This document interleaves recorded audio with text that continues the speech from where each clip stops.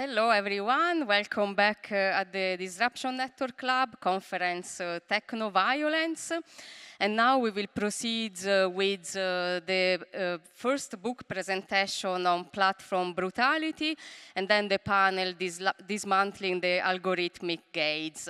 And speaking about dismantling the algorithmic gates, I also want to remind that here in the room we have the group of Untold magazine that is sitting there on the table. They have been doing also great work about critical AI, among many other things, also very important dossiers about Garza and human rights issues. So I really suggest you, everyone at the end of this session, also to go check what they do. They have been with us for many conferences now. Now I'm very happy to introduce what is coming next. And this panel will be a bit special because it's actually first introducing the book on platform Brutality, and second we will have the panel Dismantling the Algorithmic Gates that then Geert Lovink will moderate. I am happy now to invite Geert Lovink on stage, the founding director of the Institute of Network Culture, and I'm going to present him properly.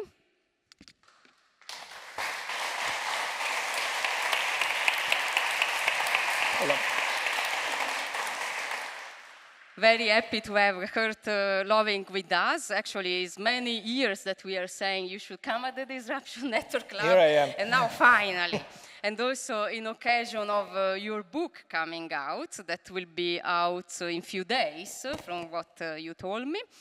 Geert Lovink is a Dutch media theorist, internet critic, and author of many books, including Stuck on the Platform, Set by Design, Zero Comments, Dark Fiber, and from 2007 to 2017, he was professor of media theory at the European Graduate School, and from 2004 to 2012, an associate professor in the Digital Culture Program of Media Studies at the University of Amsterdam. In 2004, he founded the Institute of Network Cultures, which organizes conferences, publications, and research networks such as Video Vortex, The Future of Art Criticism, and Money Lab. Recent projects deal with digital publishing experiments, critical meme research, participatory hybrid events, and precarity in the art. So, Geert, I will leave the stage to you, and then we will hear from the book that is forthcoming very soon. Thank you. Thank you, Tatjana.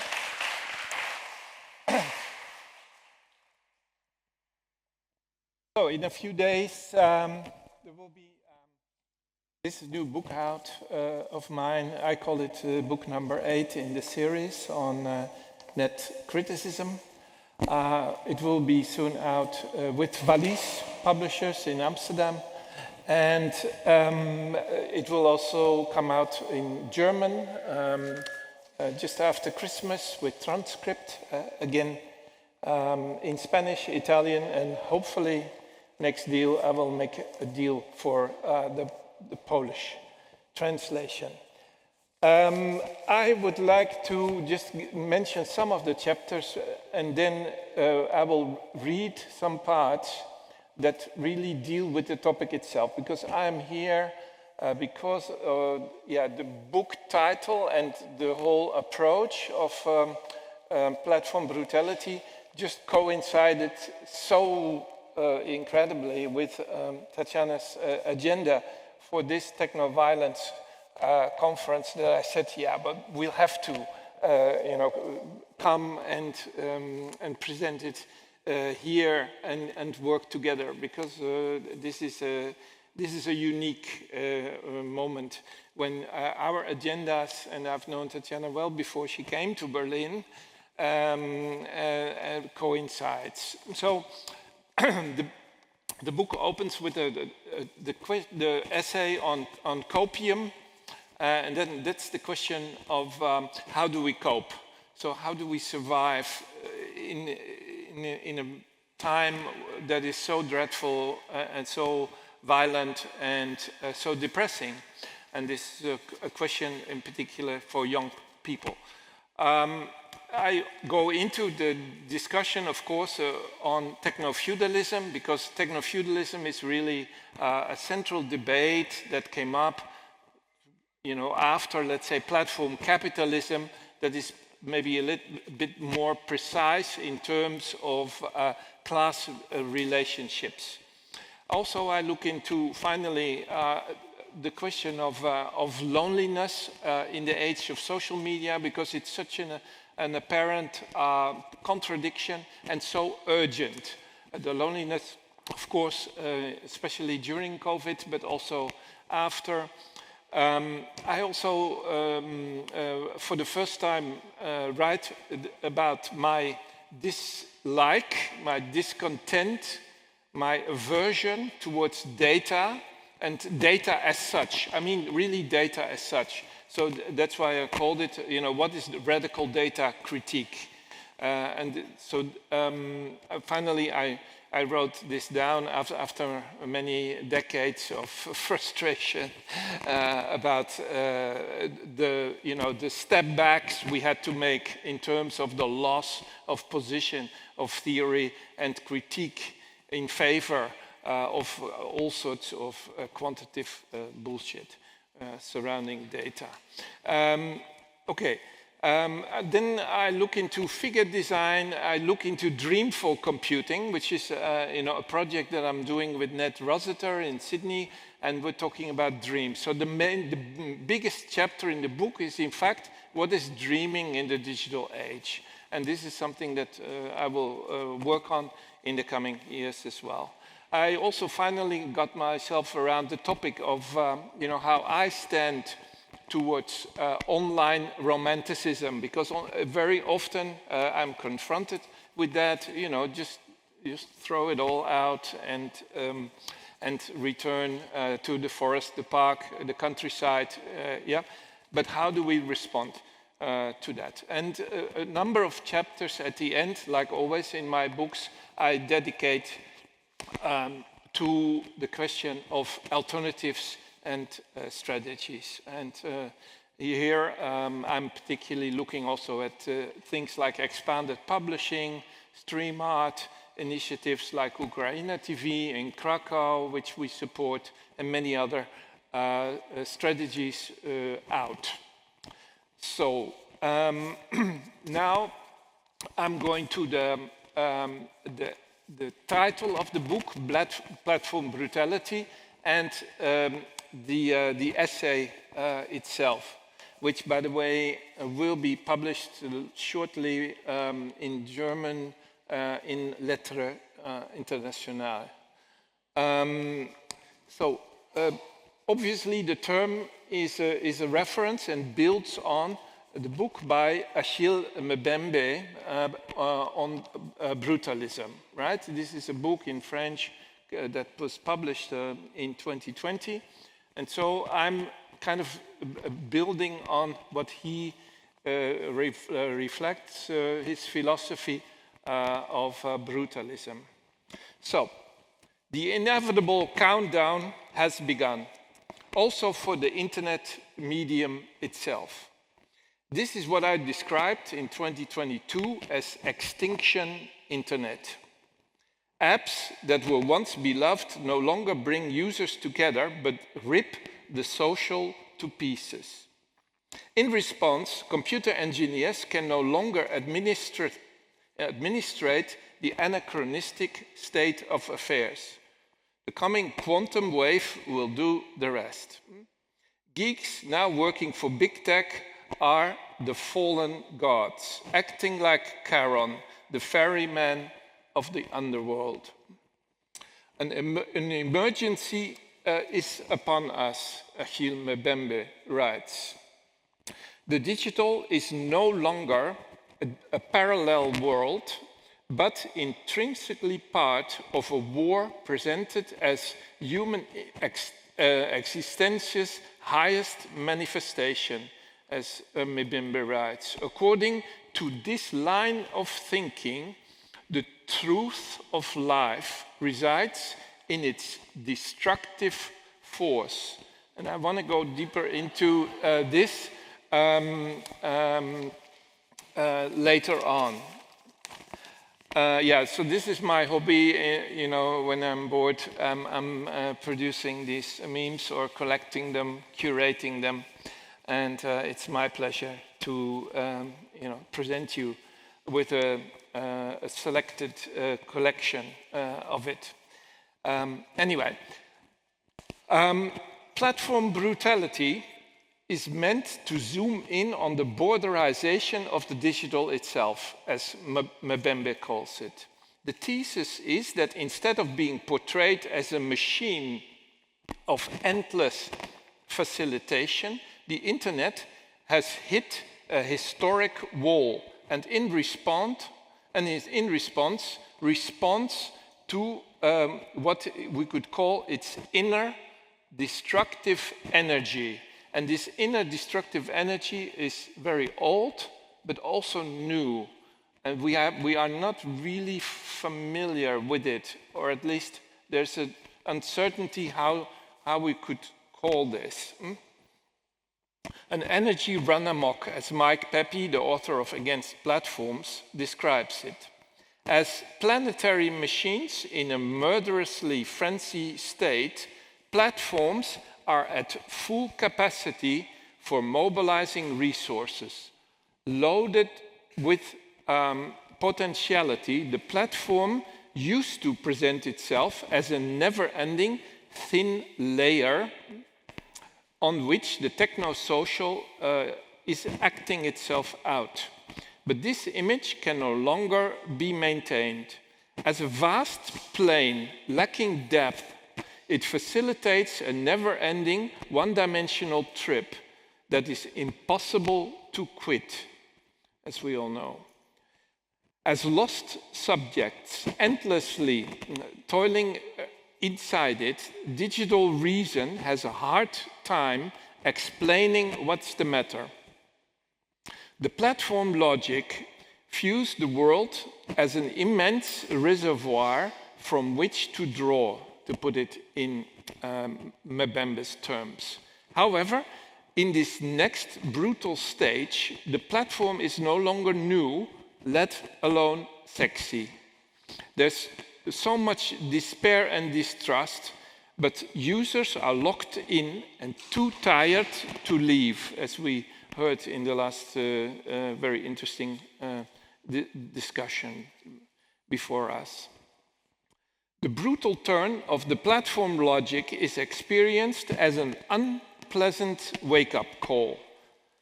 Possibilities and routines are suddenly disrupted. What do you want, implosion or explosion? Asks the meme. The Italian theorist Franco Berardi calls this next stage a chaotic war of all against all, driven by dementia and the automation of linguistic behavior, existential paths, as he called it, and expectations. Chaos and the automaton develop and grow into a violent symbolic relationship. What I'm doing in this essay is that I'm reflecting there on this new phenomena of what I call the abstract violence of deletion. So it's important to understand that the act of deleting is going to be a very important part of violence. So deleting the others, we could say, is one of the essence of technological violence. So erase entities of the other is both symbolic and material. And of course, we know that Elon Musk's task force, Doge, was really experimenting with the deletion on a massive scale, deleting entire databases, departments, you name it. So as a cultural technique, deletion is next level and goes beyond censorship or budget cuts, right? It's much more radical than that. To silence or hurt is one. To kill the file is another. Blotting or blacking out can still be read as a correction. Editing should be an improvement. So, and this is an important philosophy, and I would like to end this presentation, and I hope that I can raise further questions about the platform Brutality and deletion later. Thank you very much.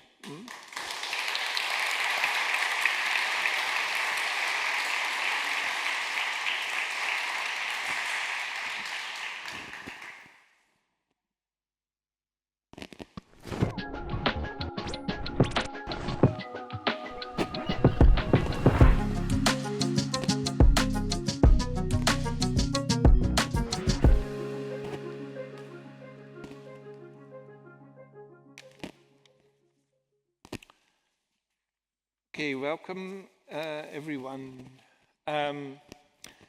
We have another guest with us here online, and maybe she'll come on the screen soon with us, and that's Jennifer Kamau from Berlin. There she is. Wonderful. Welcome, Jennifer, and we will start the panel Dismantling the Algorithmic Gaze with you. After, we will continue with Heba Amin, and we close with a common presentation of Anni Garza and Sarauw. Welcome, everyone. Give them an applause.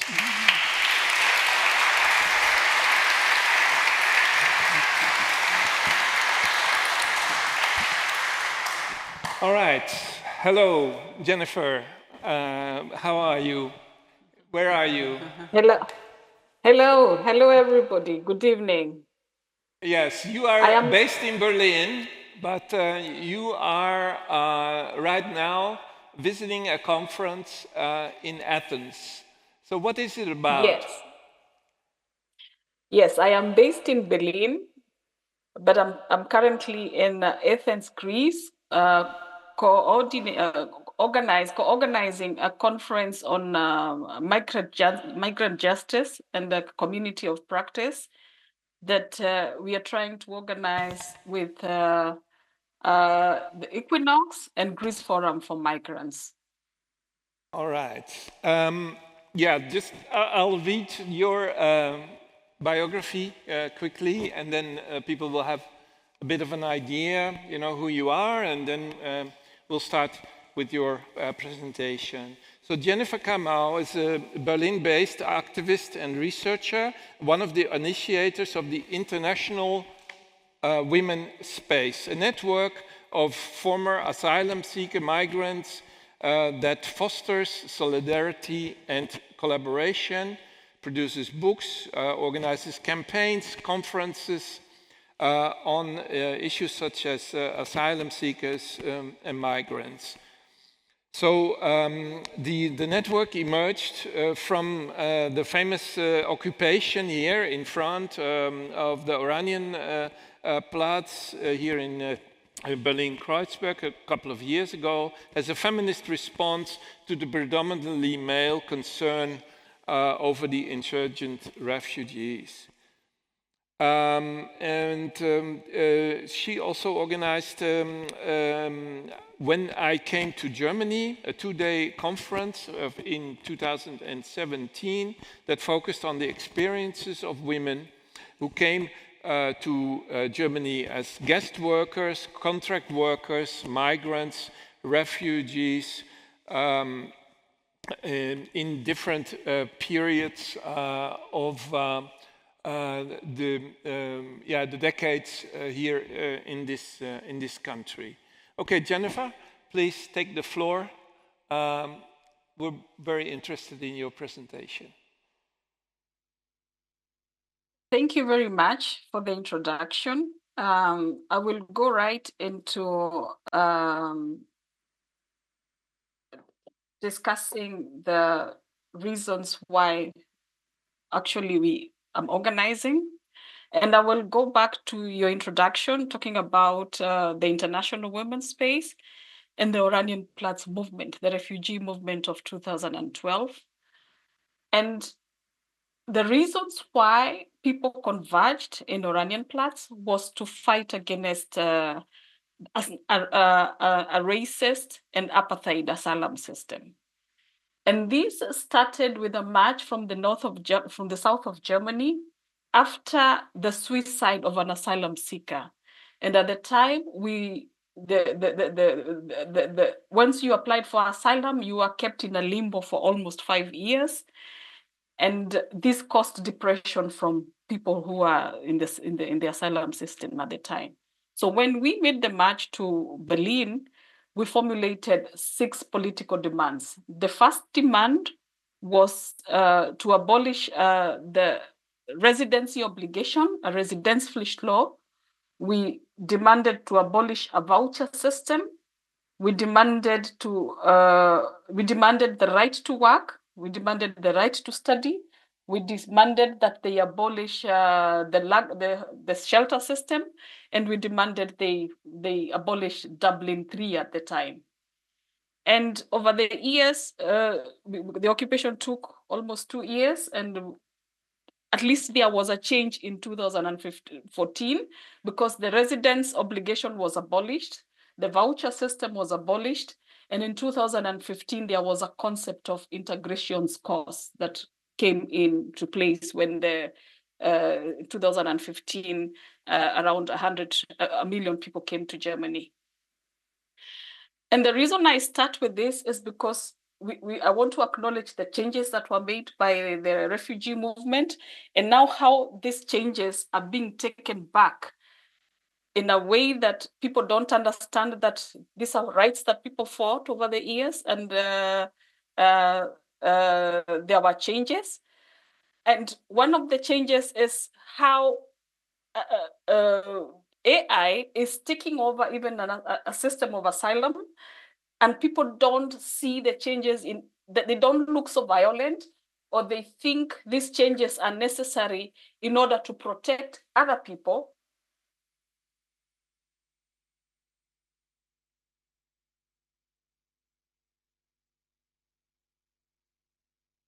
We fought to abolish.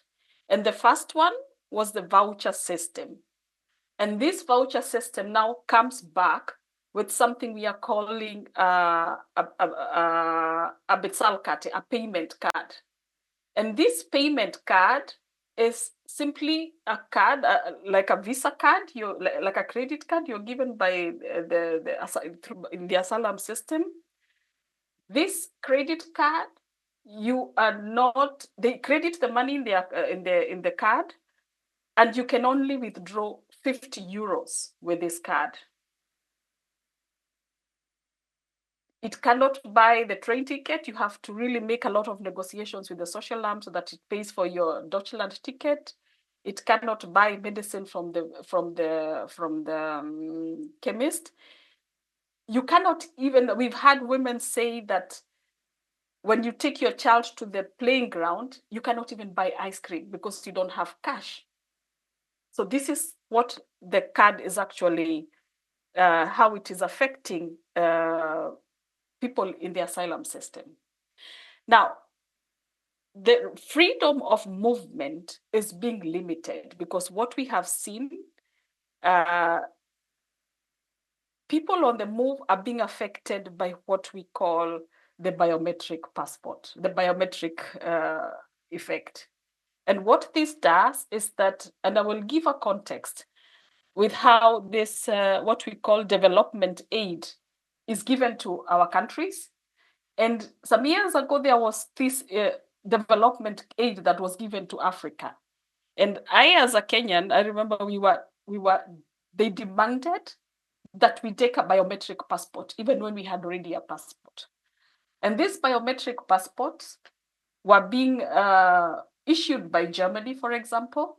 And Kenya is just one example. There are so many other countries that have been, this transition to biometric passports has happened. But I want people to see the connection between development aid and how this aid is actually for the benefit of former European colonizers. So that's the connection. So whenever there's aid, there's something that Europe is benefiting from. So with this biometric passport, so what happens is that, of course, they have harvested all the data through this biometric issuances. That is one. And so once you enter Germany, if you're leaving your country to get protection, once you enter Germany, from whichever way that you enter, there's what they call the asylum procedure, where they take your fingerprints, and then with these fingerprints, they are stored in the Eurodac. So once these fingerprints are stored in the Eurodac, they are shared generously within the EU countries. So this is what generates to what we call a Dublin system, that once you enter one European country, you cannot move to another European country, because then all the biometric data is it resurfaces and everybody sees how you which countries you entered. And I give this with the context of also people who are entering through other countries that are overwhelmed with migration. And by overwhelming, I say this with being careful and acknowledging that there were laws that were passed within the EU to distribute asylum seekers equally within the European Union, but this never happens. And with this, I also put a context to Greece, Malta, Italy, and Spain, entry points for asylum seekers. So when this data, and once people also come through the Mediterranean Sea, the first thing that happens is also they take their fingerprints. So they take your fingerprints, and then it states that you entered through a safe country. So once you decide to go to another European country, the first country of entry has your biometric data. And what this produces is what we call the Dublin regulation. And the Dublin regulation has made people's lives miserable, because once you are slapped with the Dublin regulation, what you call a Dublin regulation, then automatically you are eligible for deportation. So the first thing that they will, the system will try to do is to deport you to your first country of entry. And once you're deported to your first country of entry, it depends on how you want to handle it. But most of the people, once they get the Dublin, they're slapped with the Dublin regulation, they opt to leave undocumented. So what the system is doing, instead of providing protection for people who need the protection, it drives them to a state of vulnerability. Because once you're out of the system, you have no basic human needs, like you have no housing, you have no shelter, you have nothing. And this produces vulnerability and what they are now calling illegality, illegal people, undocumented people. It is a direct connection with what the state is responsible for doing. So once you're a Dublin case, because now you already know you're a Dublin case. So what happens is that the process of deportation is now what has been heavily been funded by EU with the Frontex, what you're calling the Frontex. And Frontex has really been heavily funded by European Union. And with the Frontex, then we have what we call externalized borders. So you see the externalization of European borders, even in Africa. This is along Tunisia and Morocco border. What this externalization of European borders and what they're calling the EU Pact that is supposed to be passed next year is not to allow people to enter Europe without the screening, what they are calling the screening. So people will be kept in a detention center somewhere within the externalized borders, and then they are screened to see if they are eligible to enter Germany or any other European country to apply for asylum. Now, what this process does,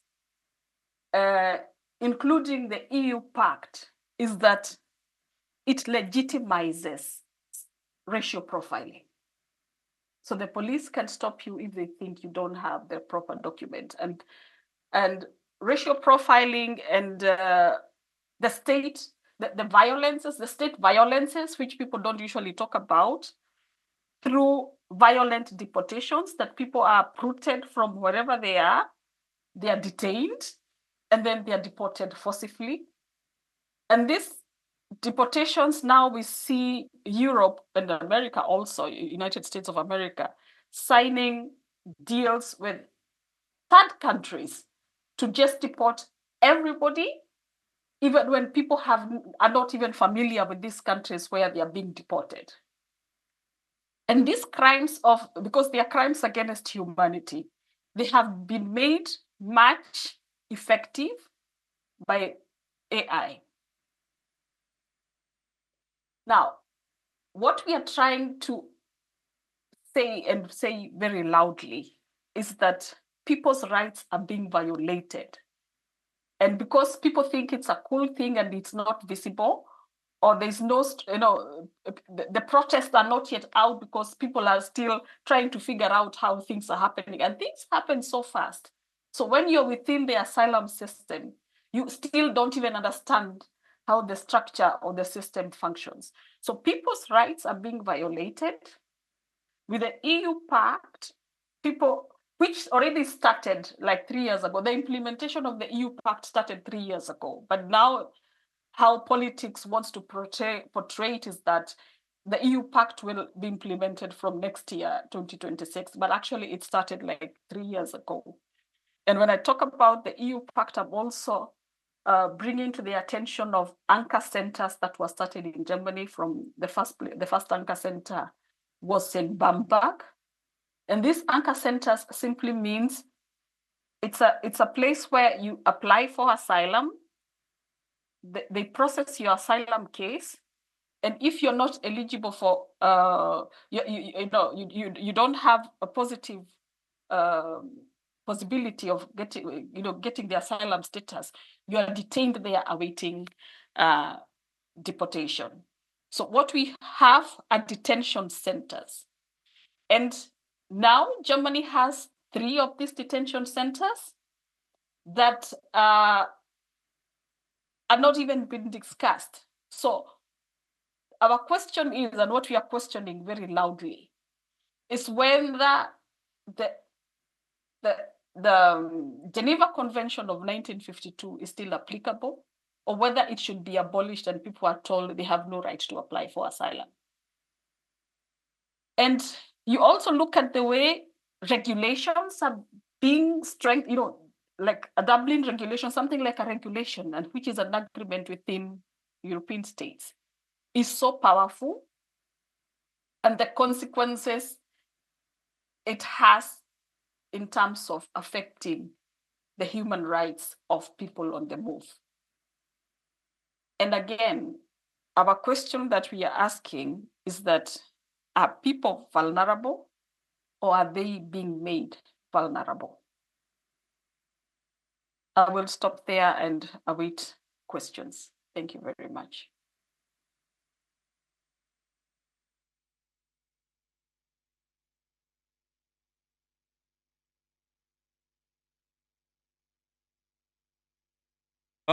Jennifer, Kamau, let me first begin with a very practical question from your perspective, from your work, maybe even from the gathering in Athens that you are, do you think that a term like technoviolence is useful for your context?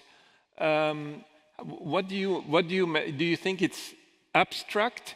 Because obviously technoviolence has some abstract level. Is that a useful way to look at it, or how do you respond to a term like that?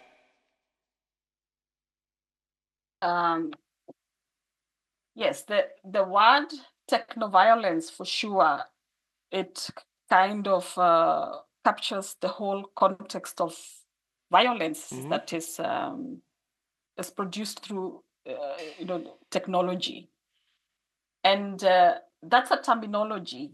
Even though in the work that we do, we are focused on the effect of it without necessarily having to name this, because the impact of what happens with this technoviolence, as we call it, is so impactful that on the ground, because now we are the people on the ground, we see the harm. And so this branding and labeling is a very good thing. But when you talk to people, for example, who are on the move and ask them if they are impacted by technoviolence, they will not relate to it, because people don't have this time to make definitions or to relate to terminologies that are being produced while the harm is impacting them directly. But does it make sense? Because you were talking a lot about and used the term vulnerability a lot, right? And is this vulnerability also about this abstract aspect? Because there is obviously also a physical aspect to violence, that you are removed, that you are hurt, that you are things are taken away from you. Maybe dreams are scattered. Many things happen when this apparatus, is putting this force upon you. It is violence, and I know the term technoviolence, but I still don't think it captures the real violence that we are talking about. And it's violence that is so it's like an organized crime that people cannot visualize it, like it is happening.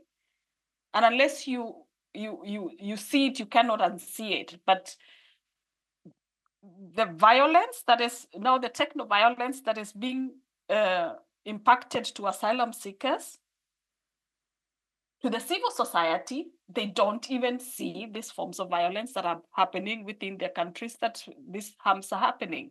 So it's completely disconnecting these harms that people don't even think they exist.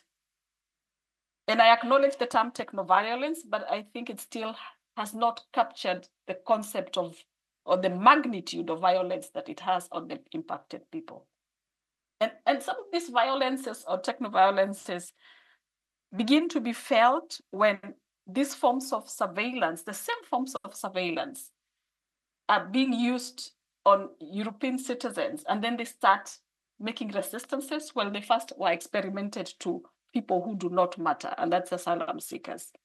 And by the time people start forming resistances, they are so well submersed into the system that it's difficult to already fight against them. But simply because they were implemented on people who are on the move, who are the migrants and the refugees, and these people don't actually matter. This is what has raised the fascism in Europe and everywhere against migration. The whole rhetoric of migration has become because of people wanting to keep out migration and refugees. But then when these harms go through and become part of a system that is also affecting other members of the civil society, then people begin to see the magnitude of it. Thank you. Let's open up the...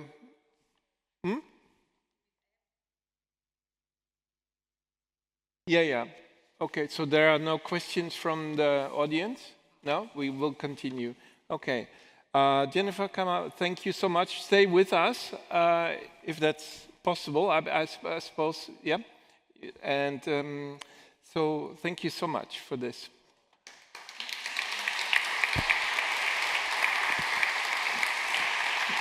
Okay. Next presentation. We're speeding up. We're in time. Heba, Amin, welcome. Your work engages with topics like archival history, mixed media, including film photography, performance, and installation. You're professor of digital and time-based art at the State Academy of Fine Arts in Stuttgart, and co-founder of the Black Athena collective. Yeah, you've done a lot of exhibitions, curating, and won prizes. And yeah, you told me I'm going to talk a little bit more exactly on this abstract level, this more conceptual level of technoviolence. I'm very curious. Please take the floor. Thank you.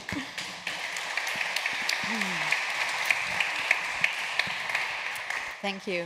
So indeed, I, as an artist and a researcher, I'm very much obsessed and concerned with the history and the politics of image making. And so today I'll be talking about a very specific aspect around that, with a bit of humor maybe, but also embedded in technoviolence. So, but basically today I'll speak about how camouflage and deception in colonial warfare laid the foundation for what we call the algorithmic gaze. So important in my research is to show that a lot of the violence and image making and technologies that use optics are very much embedded in colonial histories. So in November 1941, at the height of the North African campaign, the British military established what they called the Middle East Command Camouflage Directorate in the outskirts of Cairo. Egypt at that point had supposedly gotten nominal independence, but it was still very much under kind of colonial provisions. The idea of using artists for military camouflage wasn't new, though. It had been conceived long before World War II, and the first dedicated artist camouflage unit being attributed to the French in 1915. So that's not to say that camouflage was new in 1915, but that really artists were instrumentalized in the act of camouflaging for the purpose of warfare. This school, though, in Egypt was unique because unlike other camouflage schools in Europe, this one was set up on colonized land. And it trained what they called camoufleurs, artists, theater designers, architects, magicians, zoologists, in designing massive deceptions. So fake harbors, dummy tanks, disguised pipelines, and other things. But what often is remembered as a story of wartime ingenuity was also an exercise in colonial image politics. Egypt's landscape was transformed into a laboratory of deception, a stage set for imperial war. The desert was reduced to patterns such as, quote, plain velvet or polka dot, emptied of its histories and lives. So we know this trope of a land without a people and the idea of purposefully depicting it as empty scape for a colonial imposition. So camouflage wasn't about inhabiting land, it was about making the land legible to the eye in the sky. The war was fought not just on the ground, but through images. aerial photographs, reconnaissance films, and fabricated illusions staged specifically for the camera. The desert for the camoufleurs was not a lived landscape, but an optical problem to be solved. And camouflage was not merely a tactic, but an apparatus of knowledge production. So here, artists played a very central role. Surrealists like Roland Penrose applied avant-garde experiments in perception to military deception. Their expertise in optics, disorientation, and the manipulation of scale allowed them to reconceptualize the battlefield as an image to be staged for the aerial perspective. The war in El Alamein was a struggle carried out through and against the image. So again, this is at a very critical moment when aerial warfare is being used at this scale for the first time. Their work, Penrose gave lectures on camouflage to the Home Guard, using painted props and photographic slides, drawing from art history and surrealist experiments in perception to demonstrate how techniques of optical deception could be harnessed for military purposes.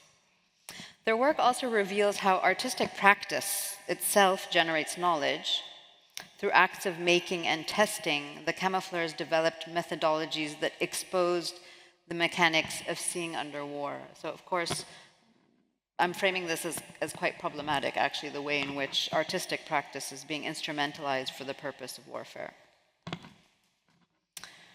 Their work exemplifies what filmmaker Haroon Farooqi would later call the operational image, or images that don't represent reality but act upon it. What was staged in the desert in El Alamein prefigured today's operational scopic regimes. So it's really important to kind of, again, connect this idea to these colonial landscapes. Here, images do not merely represent, but also act as weapons. The camoufleurs, in this case, were already producing images that acted. So dummy tanks, like you see here, were constructed so that they would register as real in reconnaissance photos. Or camouflage pipelines were designed to misdirect the temporality of enemy intelligence. And more surreal examples, and unfortunately I couldn't find an image, included the restaging of the entire port of Alexandria through lights, as planned by magician Jasper Maskelyne. And somewhere online I saw that Hollywood was making a film about him, so we'll see how they narrate that one. Dummy tanks weren't built to fool soldiers on the ground. They were built to deceive aerial cameras, and this marked a shift. So images no longer had to convince human eyes, they only had to read correctly or deceive machine vision. This recalibration paved the way for drone vision, satellite imaging, and algorithmic targeting. Already in the deserts of North Africa, we see the colonial afterlife of the operational image. But the aerial gaze was never just technological, it was also deeply cultural. It relied on Orientalist tropes that framed the Middle East and Africa as governable, surveillable, subordinate. Western epistemologies have long called for transparency that deem all subjects visible, knowable, and legible. This motivation is bound to colonial domination. How to know the other was always a means to classify and control. Colonial photography established a precedent for contemporary visual technologies that continue to demand legibility from racialized and gendered subjects. In his film Images of the World and the Inscription of War from 1988, Haroon Farooqi critiques the politics of this process in his analysis of the French colonial photo book Femmes Algériennes, produced by Marc Garanger and published in 1960. These bureaucratic photographs of Algerian female subjects, which were framed as ethnographic documents, are revealed as acts of violation, stripping women of privacy in order to incorporate them into the colonial archive. That logic still persists today. So just as colonial photography classified and controlled racialized bodies, so too do algorithms encode Orientalist and racial biases. Contemporary data extraction, not unlike colonial data gathering, appropriates human life and encodes racialized and Orientalist biases into algorithms and databases. Digital Orientalism, as it has come to be called, emerges from this colonial scopic regime, extending its logic from the photographic archive to the digital cloud, from the reconnaissance image to the drone feed. And digital Orientalism is not just about exoticizing or fetishizing the so-called Orient. The dehumanization has had real consequences over time. I often use this example to address the history of visual intrusion. It's an artistic work of mine called Windows on the West, which you see on the right, which re-examines Orientalism's voyeuristic obsession with access and exposure through examining the first photograph taken on the African continent in 1839. Now, this isn't the photograph, but it's the engraving from the photograph. The photograph in question, an architectural depiction of Muhammad Ali Pasha's so-called harem palace in Alexandria, shows no evidence of women's bodies, but only the windows on which the Orientalist fantasy can be projected. And so I asked the question, what happens to a people who have no agency to represent themselves, whose absence of self-determination coincides with the critical moment when the production of photographic images was first introduced? And so this begs the same question today. When we have war zones across Gaza and the West Bank, Afghanistan, Iraq, Yemen, and the Sahel becoming testing grounds for surveillance and automated killing technologies, this algorithmic gaze, in other words, continues a long history of colonial scopic regimes. And just this year, the Foundation for Political, Economic, and Social Research wrote a report called The Deadly Algorithms: Destructive Role of Artificial Intelligence in Gaza War. The report reveals that warfare is rapidly changing due to artificial intelligence. High-tech systems like Lavender and Habzora being used by the IDF to, quote, minimize human intervention and identification and elimination of threats and speed up operations, end quote, are testing and training their deadly algorithmic models on the Palestinian population through images. So another question that arises for me is, how do marginalized and targeted populations not only evade the ubiquitous gaze of the machine for their own survival, but intervene in the algorithmic logic of AI to take back control of their own image? Edward Glissant's call for the right to opacity may offer a path forward. He points in his Poetics of Relation from 1997, relay that opacity as a model of resistance to the imperative expressed through Western modernity that everything be explainable if not transparent, so to the ethnographic impulse of the colonial scopic regime, for example. All of which leads to my real central question, which is, if camouflage under empire exemplified a scopic regime of domination, can camouflage be reimagined otherwise? And in this case, opacity, for me, doesn't mean disappearance or hiding, but it means insisting on being encountered without reduction, refusing capture on the observer's terms. So how to cancel this predatory gaze of the colonial eye. In the current moment, where marginalized populations are hypervisible to drones and biometric recognition, yet invisible to legal protection, opacity becomes urgent.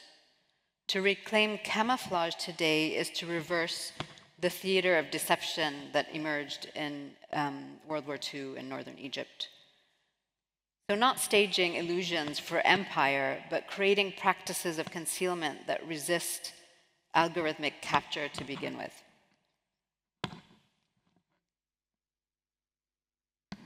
So here are some more images from Penrose's archive. Again, kind of teaching artists camouflage techniques, but of course through kind of this playful way. But it kind of begs the question, who gets to look and under what conditions? And how can we intervene in the algorithm and not just to survive its gaze, but to reclaim our own image on our own terms? So my argument is that artistic practice has a role here, not in service of empire, as with the wartime camoufleurs, but as a methodology of critique and resistance. Camouflage once extended the colonial gaze. Today, opacity might dismantle the algorithmic one, but this requires a lot of extensive and long-time creative work. And I think this is the urgent work that needs to be done today. This is the urgent work that's not being done in our institutions. So I would say that in that sense, to stay tuned. Thank you.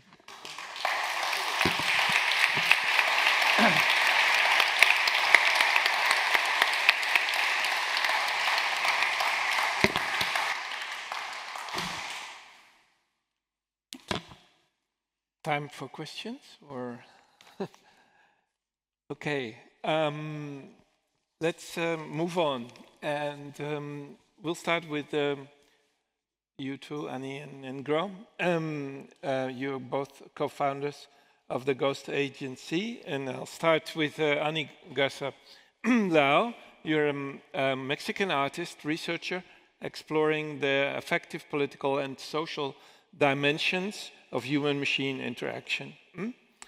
Yeah, your practice spans from electronic art, critical technologies, community-based processes, and you're the co-founder with Gro, Sarauw, next to you, of this Danish Mexican initiative that advocates for digital human rights through artistic research and technology training for vulnerable communities, particularly women.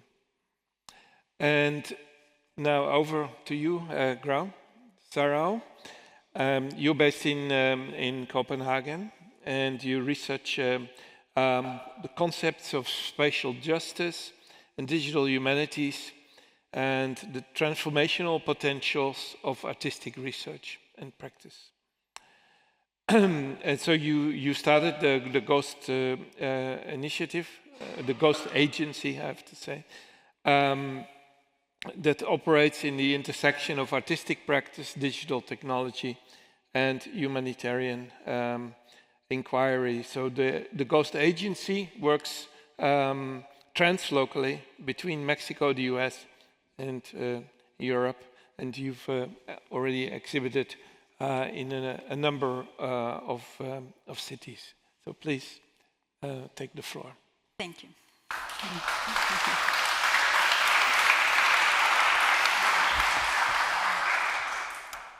Well, thank you so much, Geert.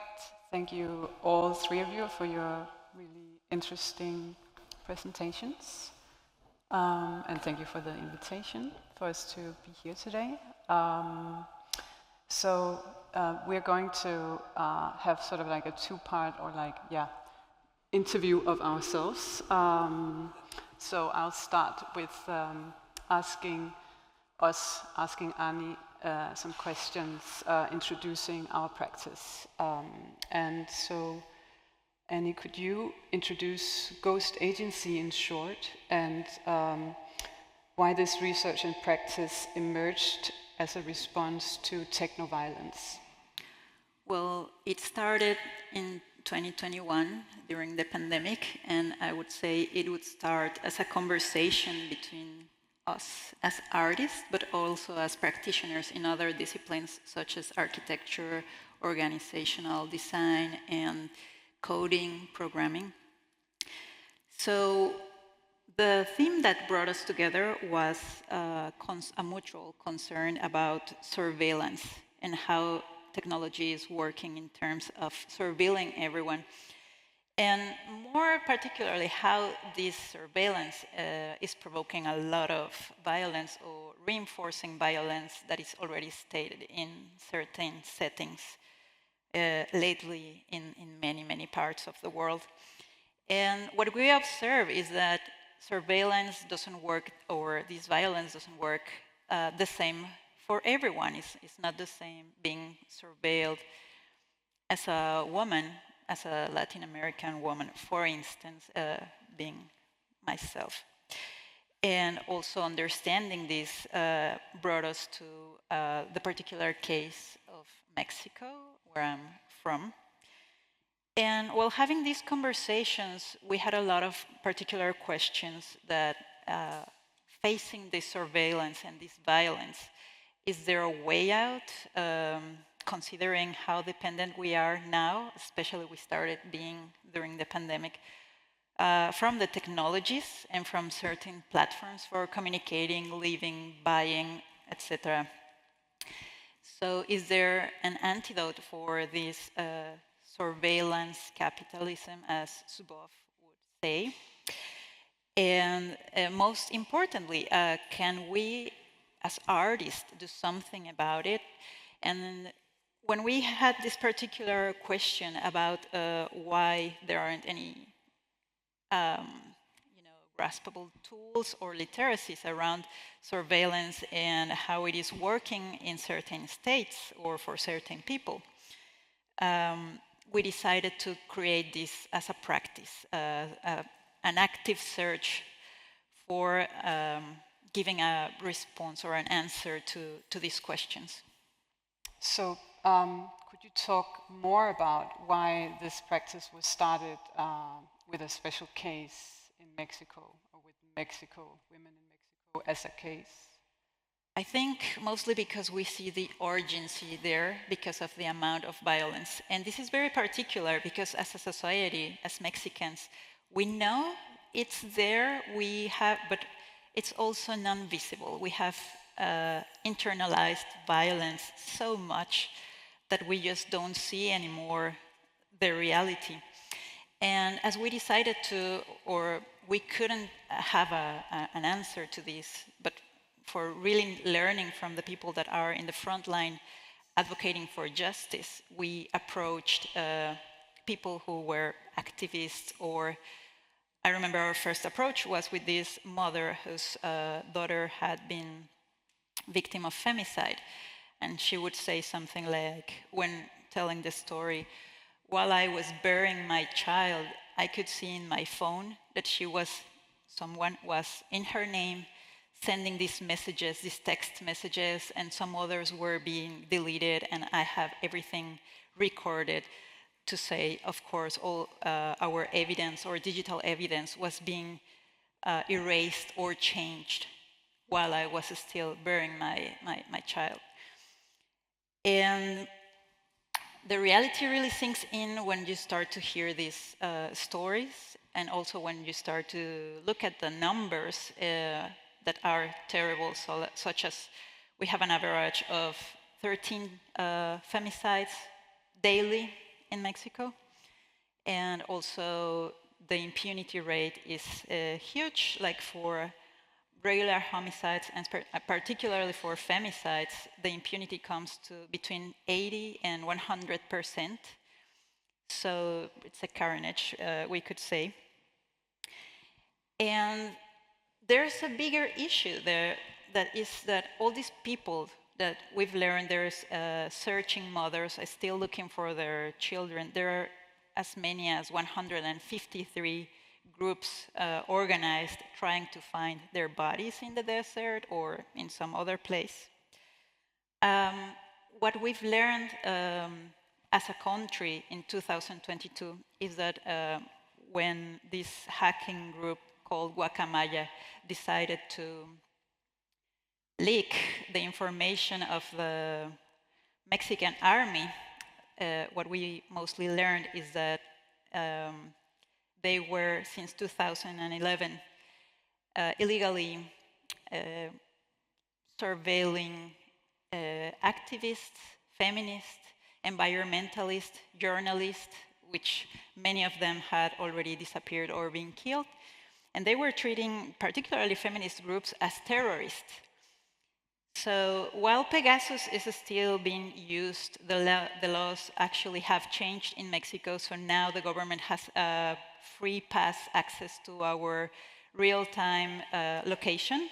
They don't need a warrant anymore. And they are also changing the way we are being identified. Like our identification number is a number for now, but it will be biometric in the coming years. So our iris and fingerprints will be there.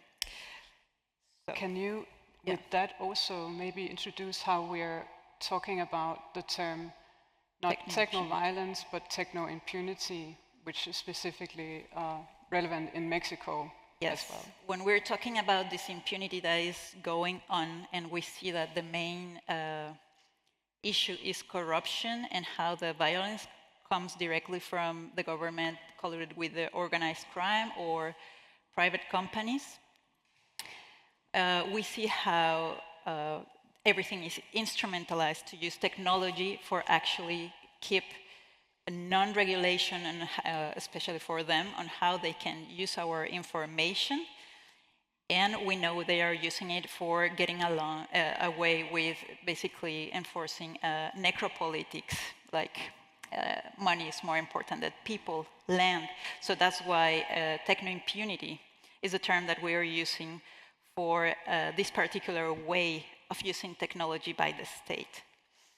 So we have a lot of issues there, like victims are blamed for their own killings, and we are trying to reflect on how this power is working in contemporary societies, how technology is not acknowledged, or is not acknowledged as black boxes and something you cannot fight against.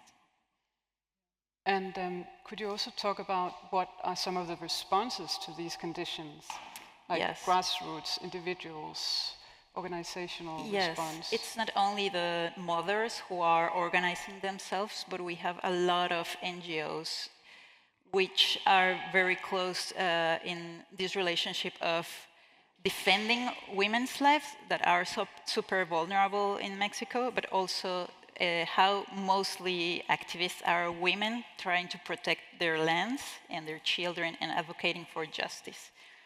So that's why we mainly decided to work with women in Mexico. They are the main actors in this resistance against techno-impunity and techno-violence. But while we were starting to create these trust networks, because it's hard to approach as an artist these groups that have been tortured and vulnerated in many other ways and used by journalists, or it's hard to get their trust. But then what we started to develop as a practice, because we understood that their main vulnerability against technology is that they don't know what it is going on with technology, how they are being vulnerated through their cell phones, the way they are sharing or storing their information. So we started by deciding that maybe the practice should build a mutual literacy. We learn from their issues, very particular ways that they have been vulnerated through their technologies. And then we also want to give them some information and create and co-create these alternatives. So talking about this, it has been hard because you need to be very flexible. Many of them, and also us, don't have the resources to make this. But Grom, can you talk about what we do in this part of the practice that is responding particularly to these conditions? Yes. So yeah, as you mentioned, we're doing these workshops. We refer to them as sessions, mostly because they've become something that we see as cyclic in this practice. It's not something that we can do as a one-off and then you can talk about a literacy for such an abstract thing, such as techno-violence or techno-impunity, and where to find your body within that. So like on a very concrete level, so this is like trying to explain how technologies can come out of this artistic practice as well, seeing, in a way, trying to understand what might be what we could call situated technologies in the academic sense, but what is that really in practice? As you mentioned, Anni, we are in these sessions, we are starting with a very sort of basic question, asking everyone there and ourselves, what does it even mean to be safe today in the digital age? And so there's a lot of sharing, a lot of trauma is being shared. It's quite intense, but we also kind of assess what it really entails, maybe technically. And then we are doing together with our team in Mexico, primarily, we are also like doing this type of risk assessment that is kind of like a tool that helps us analyze really what's going on at the organizational level in terms of risk, what's going on for the individuals, the members of the organizations, and those that they represent in the local community. And we bring all that knowledge back to our tech team that we work very closely with, and then start developing ideas for concrete technologies that can be used by a local community. So this is also very important. It's thought of as like a kind of trust building, not just exercise, but like a real fundamental trust building between a community that has to take place before the outcome of a technological design. So it's not the idea of designing a technology that might help, but actually the other way around. And the cycle of this sessional sort of like engagement is like just ongoing. So there's like, if anyone, like people familiar with cyber security for large corporations, military and so on, of course will know that it's a never-ending thing. Those technologies, by all means, have to be maintained on an ongoing basis. So, what have we really developed there, and why? What's the idea behind it, going beyond this, what we consider generally cybersecurity, but more into safe communications, for instance? Yeah. So, we've, by kind of trying out this approach, we're looking at the way that people use the technologies, and not like, like technologies as an app itself, readily put at a specific use for people.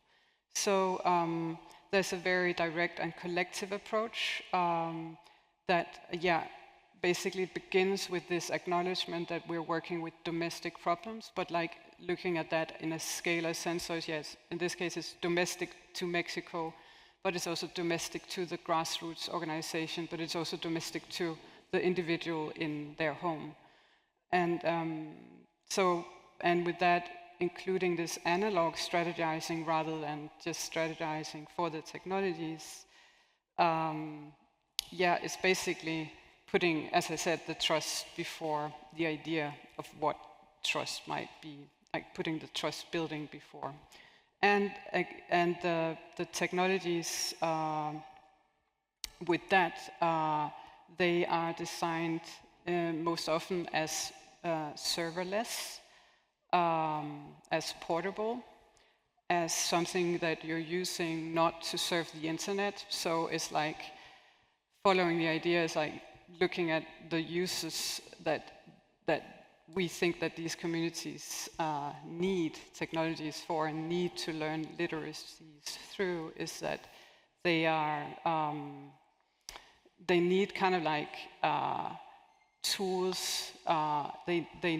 We need to equip one another to use technologies that are non-polluted, such as the internet. And we have designed an array of technologies already that we are testing with testing groups through these sessions. In particular, at the moment, we have a main partnership with an organization that both works for women's and environmental rights. We've designed a operating system, Agency OS or AOS, that we are using to contain basically all the tools together as a portable toolkit. And an example of one application that we could share here without revealing too much is that it's something called Ghost Signal, and it's a service that's anonymous, and it's very, very simple, allowing you to do collaborative signal tracking for operations and synchronization. And it works by, for example, you probably would have a host, and then that host creates a board. Yeah, this is the user interface as it looks very, very simply right now. And so you would have like a host, and the host sets up a board of users, and then that host is basically controlling the operation or surveilling it in this sort of sense. The host is then able to see where the members, or when the members, for example, arrive at a destination. The members get linked into this by scanning a QR code, simply, and then they get access to a particular technology or application. And then it's part of it. So it's this type of technology exists in many other uses, but like we're really trying to cultivate within a group, in an organization, like how to actually use it, and then assess in the workshops or the sessions, like what kinds of situations for your organization or in your local setting would that technology be at use. And that's like something that we're like, you can use your imagination, or you can think of like concrete examples. So it's like very, very sort of like basic in that sense. So the last question would be, how are we planning to sustain the development of these very disposable technologies? Yes. Well, I mean, I think, first of all, like, there's like this, I actually liked what was spoken of in the first presentation, that, we shouldn't actually, how was it, like, it was said that people, speaking of tech workers, people are treated as disposable in the tech industry, and I guess that we're working with like teaching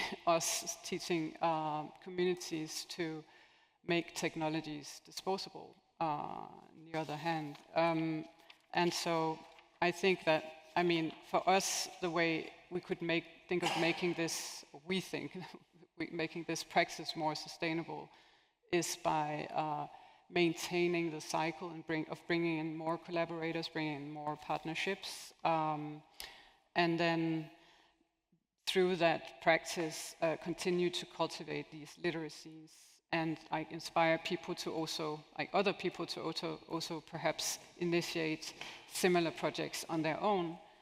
And then, of course, it's important also to encourage risk willingness among partners, collaborators, or potential future collaborators, especially from the funders and institutions.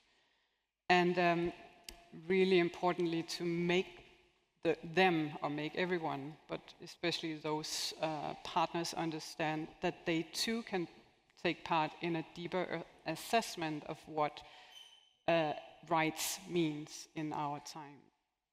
And I guess we're here, generally in our work, we hope to inspire and like to contribute to development of these types of literacies. And this is just an example of Ghost Agency being this immersive research practice and where both technological designs and art are part of the outcome.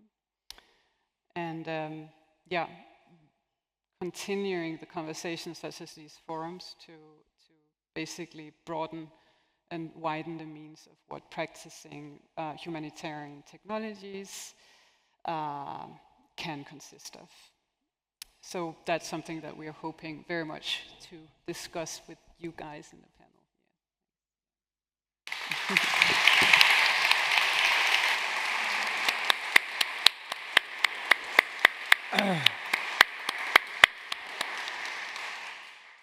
Okay, let's have a discussion amongst ourselves. Jennifer, you're there? Yeah, all right. So we're here with the five of us. And yeah, I would like to start with you, Heba, because it is really about this kind of double-edged sword of this idea of camouflage.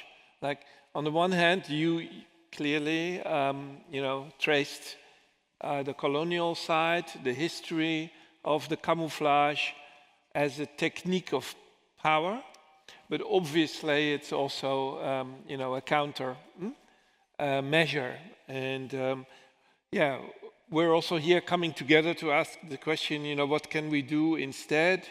Can we find a bug in the systems?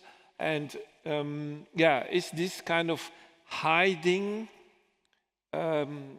techniques of hiding, you know, that in the, of course, the digital civil rights techniques movement, in the hacker movement, has often and for decades been discussed. The right to protect your privacy, to remain anonymous, and so on, right? These are camouflage techniques, if you like. So how do you see this this double edge or this two-sided of the topic you presented here, camouflage? I mean, I like to use the camoufleurs as an example because I think it illustrates that really well. I mean, this idea that camouflage is an incredibly effective technique, but it's problematic because it furthers the kind of problematic political structures embedded within those power structures. And so I guess what I was attempting to do is to say, okay, so then how do we take it one step further? I think camouflage is one strategy, but then kind of how do we do it on our own terms without kind of playing the game of the existing structures? I think that's kind of an abstract question at the moment, and I think it doesn't have a simple answer. But I think what the camoufleurs show, and what I find so interesting about these art schools that propped up around the world wars, is that it was an attempt at sort of using educational tools to really kind of think through practice. So using artistic practice as a means to kind of break apart those problematic structures.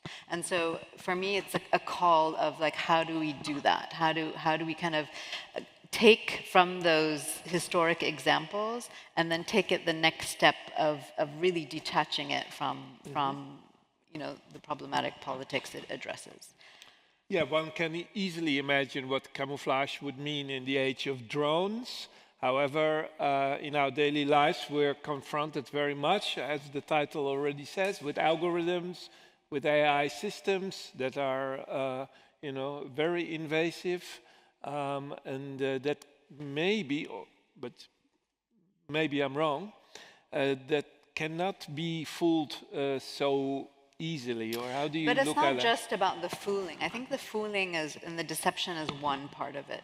I think another important part of it, and this is what my research is really kind of preoccupied with, is really understanding where the data comes from. So in the case of algorithmic warfare, and this is what I tried to illustrate, is that it was really done in this kind of colonial context, in very particular geographies, with the Middle East in particular as the backdrop of the development of these technologies that are now being perpetuated and imposing extreme violence on large groups of populations that are using data and images from the inception of the camera and from the start of these technologies. So I think aside from the deception, the other part of it is understanding and informing ourselves where the data comes from, and that it's not just about data collecting today in a contemporary context, but that it goes back through the entire history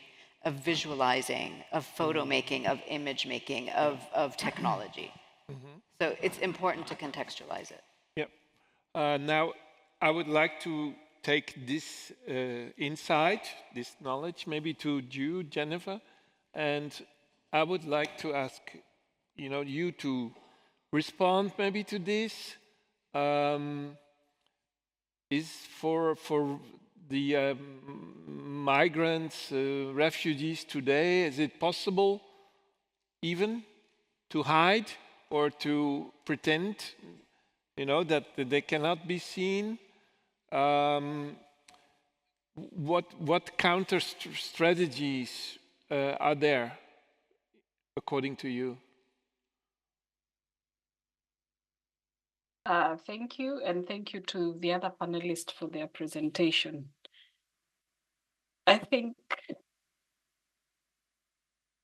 refugees and migrants are not visible because they're not made visible. We are not making ourselves invisible, but the state and the state apparatus is trying to make us invisible. It goes back to how even the struggles and achievements that have been acquired over the years are kind of like whitewashed, that it looks like they never existed.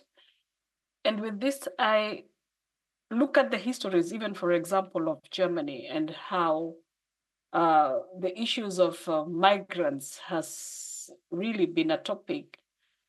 And the work the migrants did, for example, the conference that you mentioned in 2017 of people who came here as guest workers and contract workers after the Second World War, and the work they did in terms of building Germany after this, the Second World War.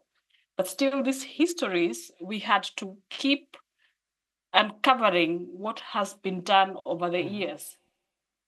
And one of the things that we take very seriously as International Women's Space is documenting the struggles of refugees and migrants, because we realize also in the time of the occupation that the visibility of how our narratives are told is through the gaze of through the white gaze, from a colonial perspective, that we need to be saved, that we are victims, that it's all those negative connotations that come with migration or being the other, being othered. So a lot of resistances have been formed, or people are still resisting. Then resistances are what has kept the migrant and the refugees, this constellation of the other people existing, because we always say, it's a statement that we say, if you do not fight, if you don't respect existence, expect resistance. So resistance has been a way of survival for any other person who is impacted, especially by racism and fascism. Going to the Ghost Agency, Anni and Grow, you seem to put a lot of emphasis on self-organization, on care, on awareness, and you're using also art in that context. Is this, according to you, a tactical response to this very structural, yet in Mexico, very physical violence against women, femicide? So, do you believe that this self-organizational element is now the most urgent way to support women? I mean, I think it's a starting point. Like, we are not actually organizing them. They are doing it themselves, and we're just introducing knowledge and ideas. Yeah. And I think we echo a lot with what Heba was saying in terms of not camouflaging, but hiding in plain sight, you know, like this really idea of becoming ghosts and find some agency in being not completely invisible, but invisible when it's required. And we think a lot of having these multiple identities because having only one seems to be a very problematic issue right now. Like if you are putting yourself out there with not the right exhibition or amount of people behind you, you are just deleted. So when it is possible or required to be visible or hidden, and when it's not, I think it's part of it.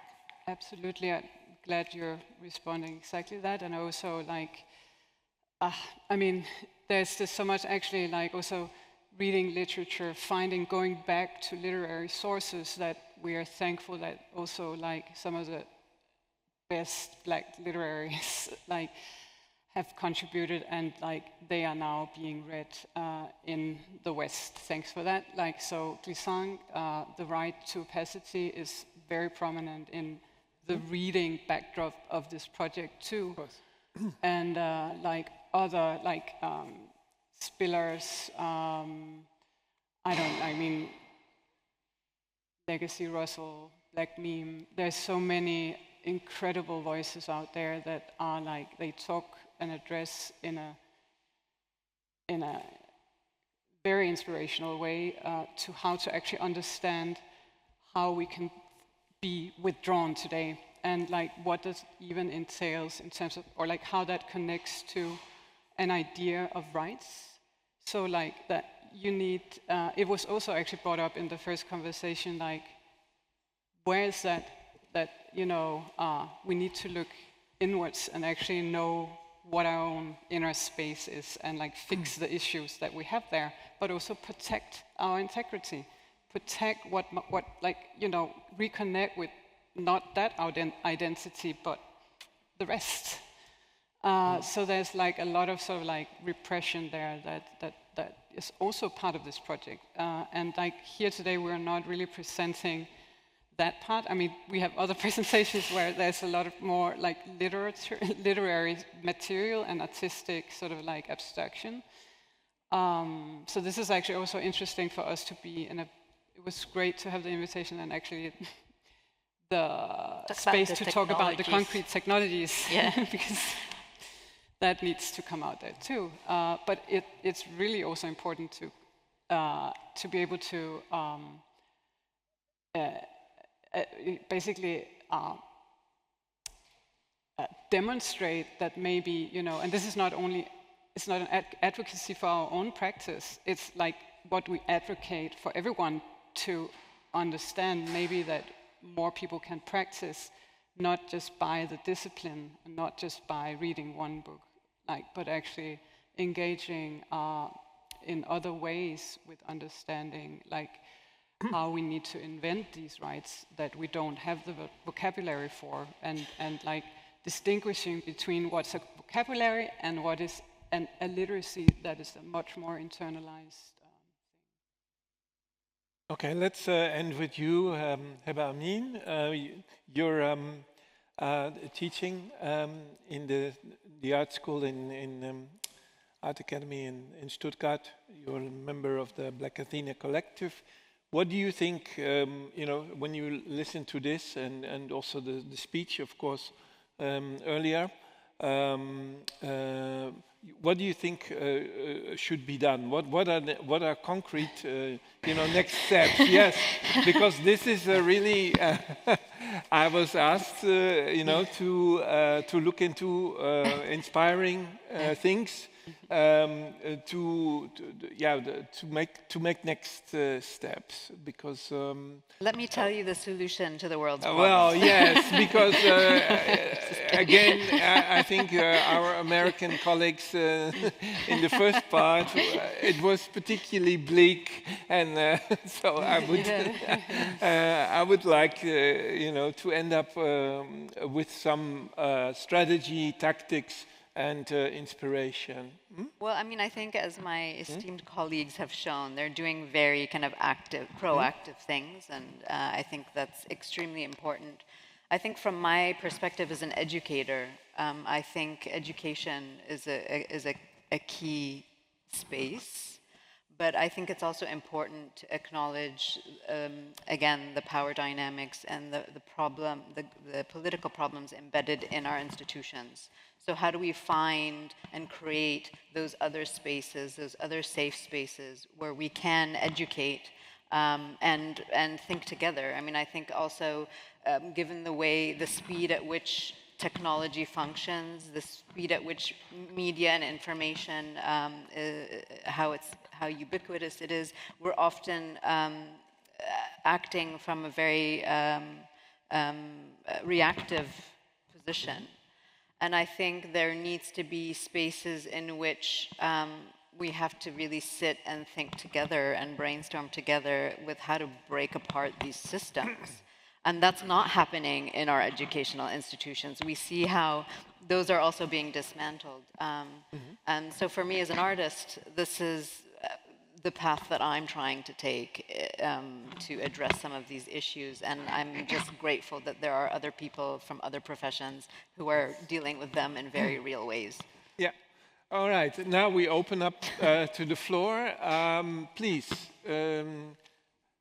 ask your questions to each of the presenters, including, of course, Jennifer, who is with us online from Athens. Please. Yep, there's a first question there. Yeah, I'd like to try to help the conversation in thinking of strategies and not getting, it was fascinating, all fascinating presentations, but sometimes it gets really complicated, and maybe sometimes the hacking of the technoviolence or resisting technoviolence can be like a, you know, something more simplistic that the people can really grab onto to stop some kind of technoviolence that is happening. And I'll just bring up the example that Jennifer knows well, the project of the Bezahlkarte, and to hack that and to stop that requires something kind of simple, like just thinking in terms of solidarity.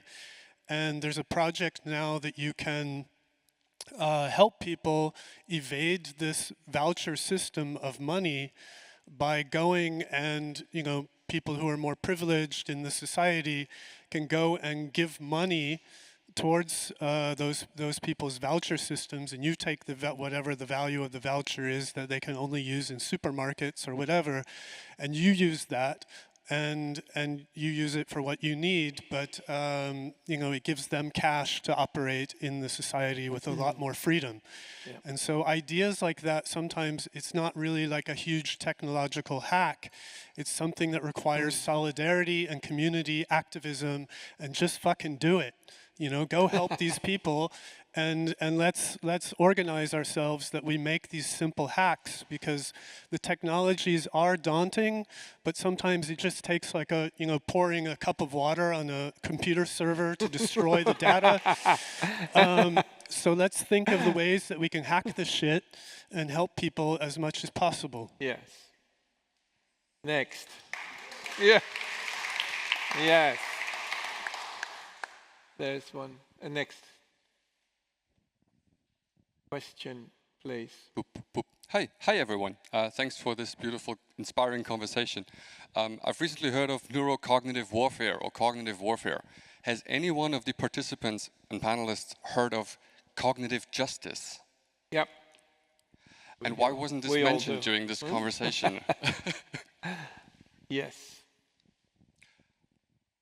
If you have heard Could you elaborate on if you on have the heard of importance? cognitive capitalism, then you've also heard of cognitive Right. So justice. could you just So- maybe talk about the cognitive Yeah. justice and injustices in this brain war? All right. Any expert here in the hall on cognitive justice? Who? Yes, there is one. You see? This is collective intelligence at work. Yeah, Yes. thank you. I'm asking, do you mean like cognitive warfare in the fact of remote neural monitoring and like data extraction from like mind reading and stuff like that? Or like similar to like what Assange tried to, Julian Please Assange talk in the microphone because Julian Assange and Edward Snowden spoke about this, that the military like are watching people. Is that what you mean by cognitive warfare?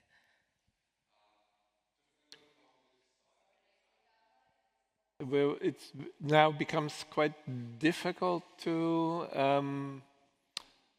hear and to summarize. Yeah, Okay. If nobody has heard of the term or doesn't know what it comprises, we can have the discussion later. I mean, I would love to spread some news. Thank you. Next one, please.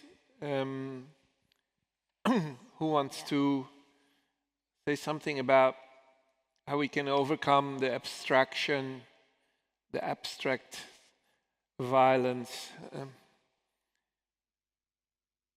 that we here call technoviolence? So I don't want to answer to this question, but actually I have a very concrete question for Anni, because I mean, especially speaking about the reality of Mexico, I think big part of the technoviolence also happened at borders and with the borders of US. So I also wanted to ask you, what is the take from that? What would you like to tell us a bit more what is happening there right now, that we know is also used as a testing ground for many technologies, and would be important to bring also your experience from there. That is a technoviolence. Yes, I think it's a little bit, again, unseen. We only get to learn directly from the activists working in those fields, actually. The thing right now is, my perception, which is very particular, is that we are trying to escape what is going on in the United States, and at the same time we can't, because they want to, with the subject of the organized crime, employ a lot of different technologies and military force in Mexico, and we consider this an invasion. And the president is very adamant of that. That's not going to happen, but we are not sure, because sometimes they do it without any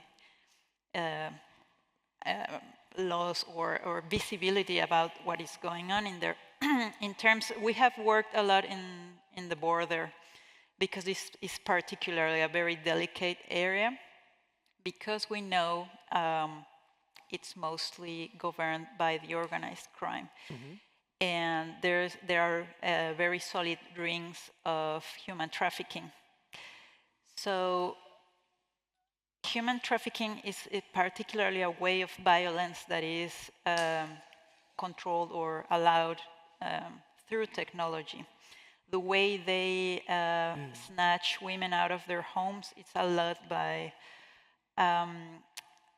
making them believe they are going to get a new job, or they are in a relationship with someone, and then luring them, especially underage girls, out of their homes, and then taking them to the border to work as sex slaves.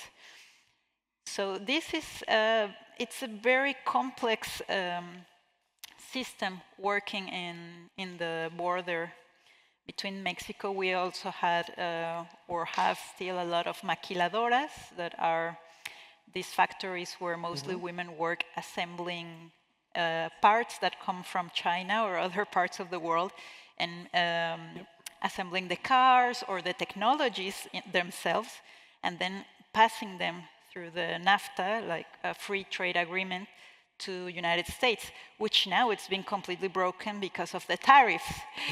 So we are having a very weird economic violence technology relationship in this area, because also how the, for instance, human trafficking ring is so big there. Well, the reason is because a lot of American people come and Canadian people, or sometimes even European people, come to this part to do whatever they want, which just to think about the stories makes me want to throw up.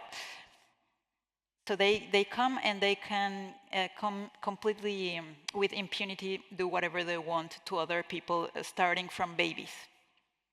So that's how it works, actually. And I just want to add, we didn't say that there was a short video that was obviously AI manipulated or processed, but that is an excerpt of a video work we did a couple of years ago, and that work is about this. There's an online question. Yes, we have and an Christiana online is question. going to read it. Yes, I'm going to read it. It's a statement and then a question. Violence is not limited to defined periods of war. It is intrinsic to life and embedded in human and natural relations. War merely intensifies violence, but so-called peace periods are not free from it, only less concentrated.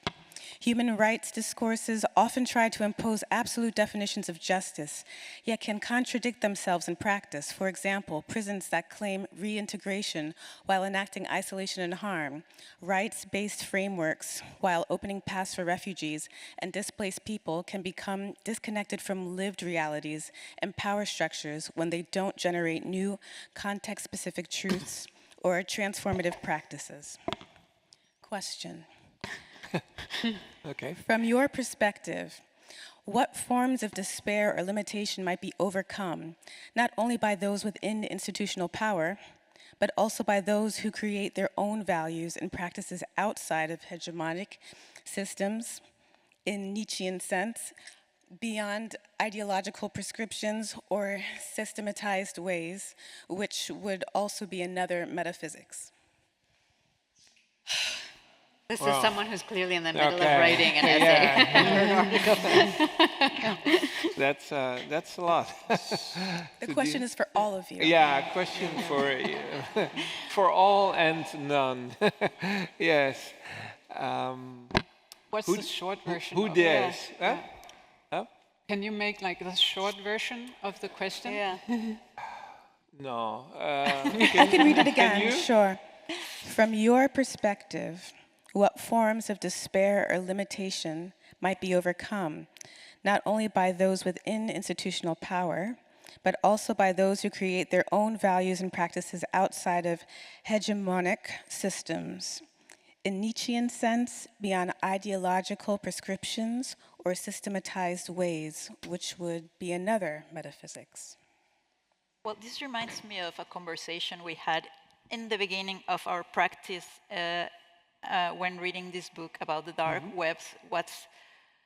How legality is playing against legitimacy when practice is legitimate but then becomes illegal, or how a law is so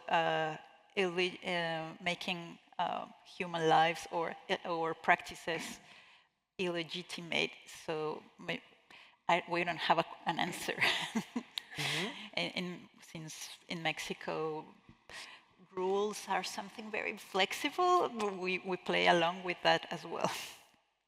Well, it's not just in Mexico. I mean, we see the very foundations of laws, international laws, breaking down before our eyes. So to answer the question of how do we overcome that despair, I think that's a very difficult thing to imagine at this point in time. I think we're all in a state of despair at the moment. I think the only hope is in believing in the work that we do and continuing to do it. A very kind of cliche and simple answer, but it's a really dark time. One last question? There's the mic there. Go ahead. Yeah, to come back to the greatest goal, right, to change the world.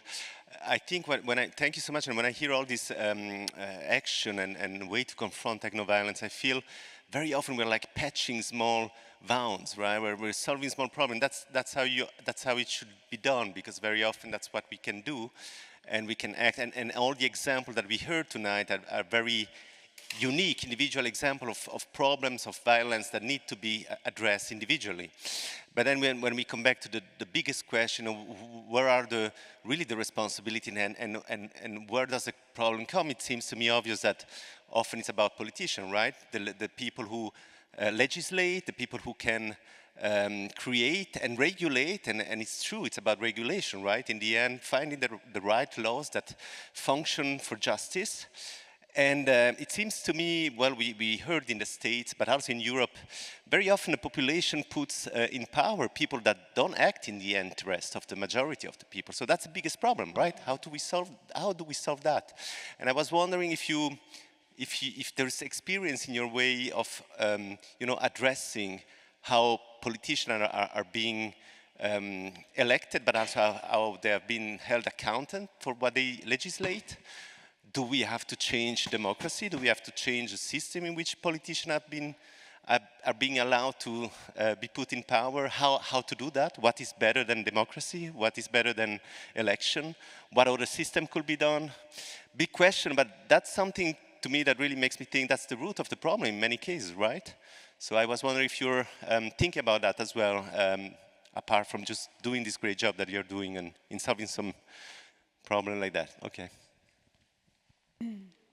All right. I mean, I think yes. I could just that's a really important question too. I think that we have, this project, this practice is geopolitical. The funding as if it just arrives now, but currently and thankfully, is conditioned by one of us being a European. In this case, Danish. Yep. It's funded by something called the Nordic Culture Fund, but also actually directly from the Foreign Ministry and the Cultural Ministry in Denmark that had this strategic call for institutions to work with technology and the democratic conversation. And so it's linked up, and so this is to say that there is a quite conscious and quite strategic action involved in our practice as well. And I think without that we wouldn't be able to have equipped what we're doing, and we are really aware that we need to be able to sustain that, and actually also what we do with these questions also kind of helping us seeing that that type of work can never exist without it also being political, or learning how to voice certain conditions and certain initiatives politically. So this is to say, how does it affect? I don't know if any politician will eventually acknowledge that this work, that just has to be widely implemented.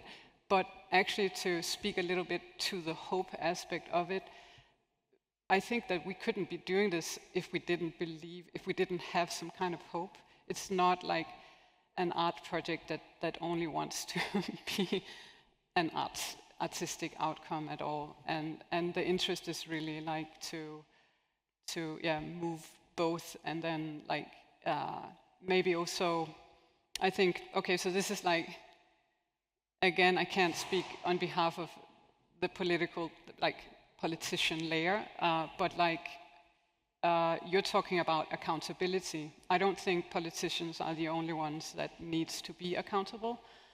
I think that we all need to reassess what accountability even entails, especially if we want to be an opposition at all. And I think that there's so much activism out there. It's really great, but I also think we need to assess what activism really is today and what it is then again when we speak about technologies and technoviolence and so on and so forth. So that's like a really, and politicians need to know of that for sure. I would just totally agree. Yeah.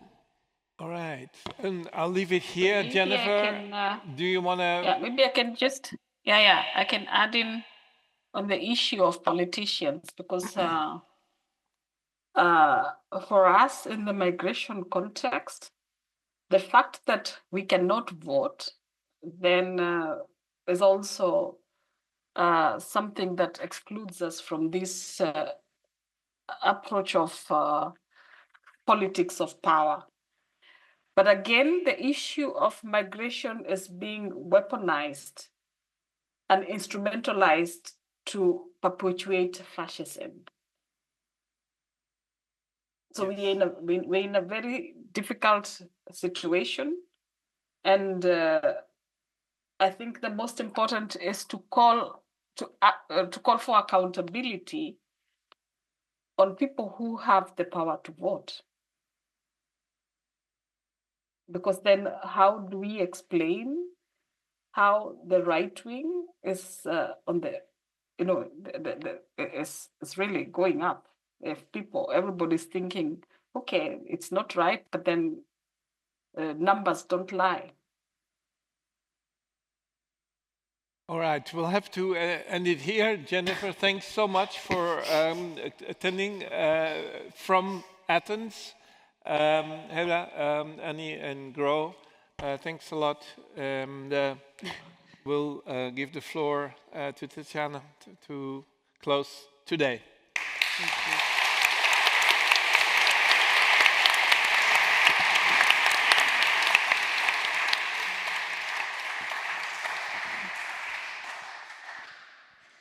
Thank you so much for all the projects and also, I would say, inspiring vision that you brought. So we have to recognize as well that the reality is quite tough and difficult at the moment, but still I believe that we have the strength also to imagine something different. So I saw that this happened in this panel, and so I want to thank all of you also for bringing some alternative in a sense, in different scale, but still thinking all together how to we can imagine this moment differently. And I think in a sense, this is our strength. And I hope that we will go on with this kind of discussion also tomorrow. I'm actually sure this will happen.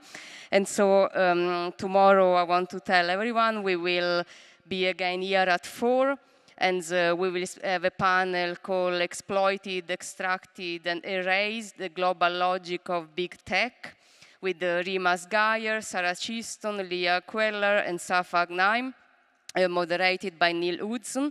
So this is also a very important perspective to understand what is the power of big tech, what they are doing both virtually in the AI, clouds, sphere, at the same time also discussing on campaign of harassment on Meta and social media, and then we will discuss about the so-called crypto cities that are currently built in Central America, and finally we will also speak about the situation of DC Congo and Palestine, because I think maybe today we didn't speak enough about Palestine and Gaza, and I think also it's very important to remember what is happening right now there. That is, I would say, the apotheosis of technoviolence in this moment.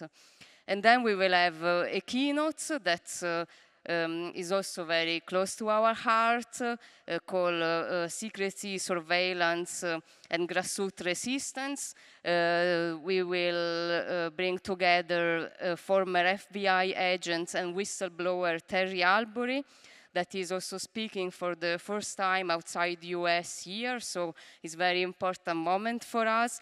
And Lindsay Billing, that is a wonderful investigative journalist and photographer that at the moment is in Afghanistan. She has worked a lot on Afghanistan and also Iraq.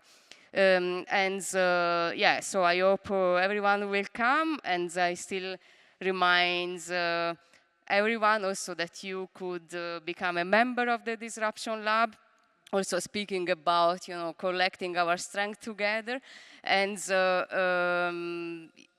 also reminds about Untold magazine and their table if you want to have a look. And I say thank you to all of you, thank you for being here, and see you tomorrow.